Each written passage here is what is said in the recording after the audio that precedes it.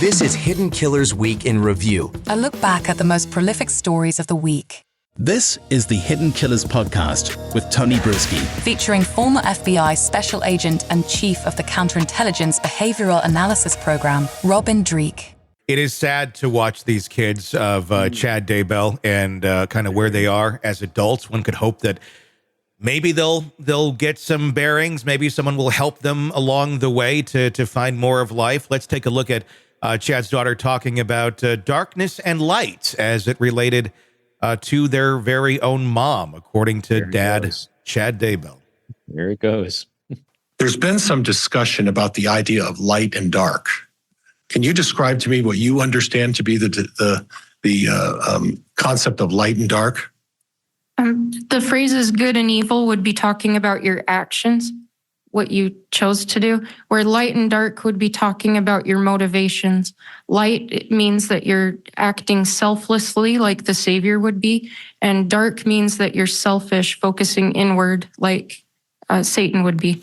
Okay, was this something that your mother, from your discussions with your family, shared with your father in terms of her beliefs? Yes. So would it be fair to say that your mother's beliefs, to your knowledge, were also of the fundamental or traditional node? Probably more so than him. Okay. Did she ever have discussions about putting numbers, death percentages, or numbers, whether how light and how dark a person would be? Yes. Did she do that frequently? Yes. Okay. Was it particularly about anybody, or was it as her day-to-day activities she would make comments about that? As she came across people and observed things, she would mention it. Objection, Your Honor, calls for hearsay. Makes you wonder if the numbering of individuals on their light and dark scale is something that he lifted from Tammy before that all ended. Yeah, I think they did a really good job being Chad and Lori of taking a premise and manipulating it for their gain.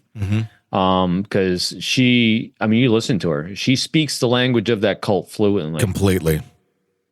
And she's still bought into it. This isn't like, she doesn't speak, kind of like the other people that have testified as well, like the friends of Lori that have been on the stand, where they don't show any shame for their belief system. They just got to the point where maybe people dying is not a good thing. They didn't say killing, because all you're doing is releasing the darkness and they're being reincarnated. And we're texting with them in the afterlife anyway, so it's really okay. Exactly. They found some way to justify it mentally into their world of bizarre beliefs. But if you look at the Colby Ryan, the one who did break away, who was never really truly part of the Daybell cult, he'd already gone into adulthood. He's the only one that's like really kind of stood out and has been like, no, this is nuts. Like this is not okay. Yeah, I'm curious who made the first leap from the numbering system of darkness to that corresponding with who has a life insurance policy. That's a good question. That's a very good question. Someone made that leap. It was either Chad or Lori. Someone made that leap. And they're dark. The darker you get, the closer we get to your money. Make sure I'm the signatory on that. What a coincidence. Oh, let's listen to one more. This is his daughter talking about having a conversation with Dad about Lori's children, because naturally you'd kind of be curious what happened to Lori's kids. You guys are kind of together now and kind of a thing. We don't see the kids anymore.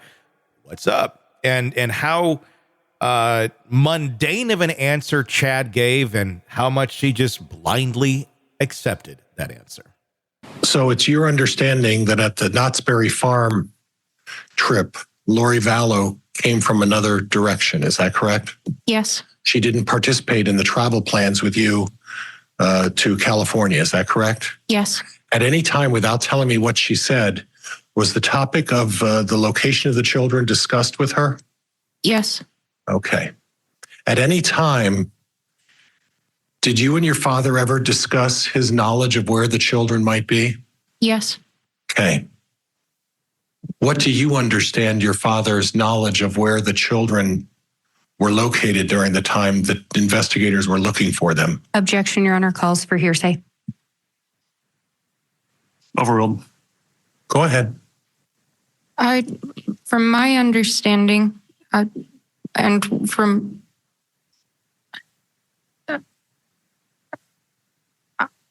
I was told that the children were in a safe place. Okay. And was that understanding through your discussions with your dad? Yes. What'd you make of that? There was a weird pause before she came to the statement of, I was told the children were in a safe place, and just accepted it because Supreme Leader said so. Yeah, I mean, you can hear her. She's very specific with her answer. She's very spot on. She's not hesitating. She's not pausing. So her congruency with everything's really spot on, in a sense that she's completely bought into everything. She's not trying to be deceitful. She's trying to be honest, but her honesty is from the context of what she's been indebted to. I mean, she's just been brainwashed. Yeah. So when her dad says they're in a safe place, yeah, they're a safe place. Now, their definition of safe place is different than your and mine. Their safe place was, 6 feet under. Yeah. In a bucket. Exactly. Yeah. I'd be concerned about a safe place for any of these kids as they get older. The only safe place in their life is either not in it, or if you're a friend of them, then not have an insurance policy. If you had an insurance policy in your circle, there's no safe place. Yeah, without a doubt. I mean, this is one of those cases that's really not that complicated. When you really boil down cults, they're really not complicated. It starts with love bombing, and then you have an idea, you have a charismatic leader, and you're going to take something from someone else to benefit yourself. Usually it's money. Sex is always involved. Control is always involved. And the thing that they lacked here, they lacked isolating their community. Because when you don't isolate that community and sequester them so that all they can do is feed into their own groupthink, then you start having outside influences, like outside outliers of families and friends are saying, what's that craziness you're doing? Which kind of puts into question some of the things that are going on. That's why some of their followers agreed with completely everything that they're doing, except I don't know if I'm really buying into this. People shouldn't really be dying. Even though you're texting them now. See what I mean? So the fact that it leaked out is their only flaw, thankfully, that they had, because everyone else in there would have died. And so what would have eventually happened? So here's my conjecture of projecting this forward.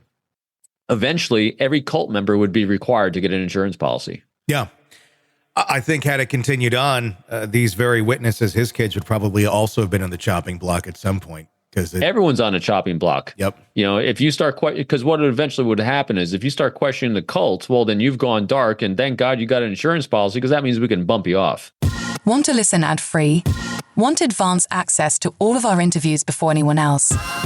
Become a True Crime Today Premium Plus subscriber on Apple Podcasts. You get every episode commercial-free. So you can binge on true crime until you can binge no more. Search True Crime Today Premium Plus on Apple Podcasts now, or go to our podcast page and sign up now. More of the Hidden Killers podcast next.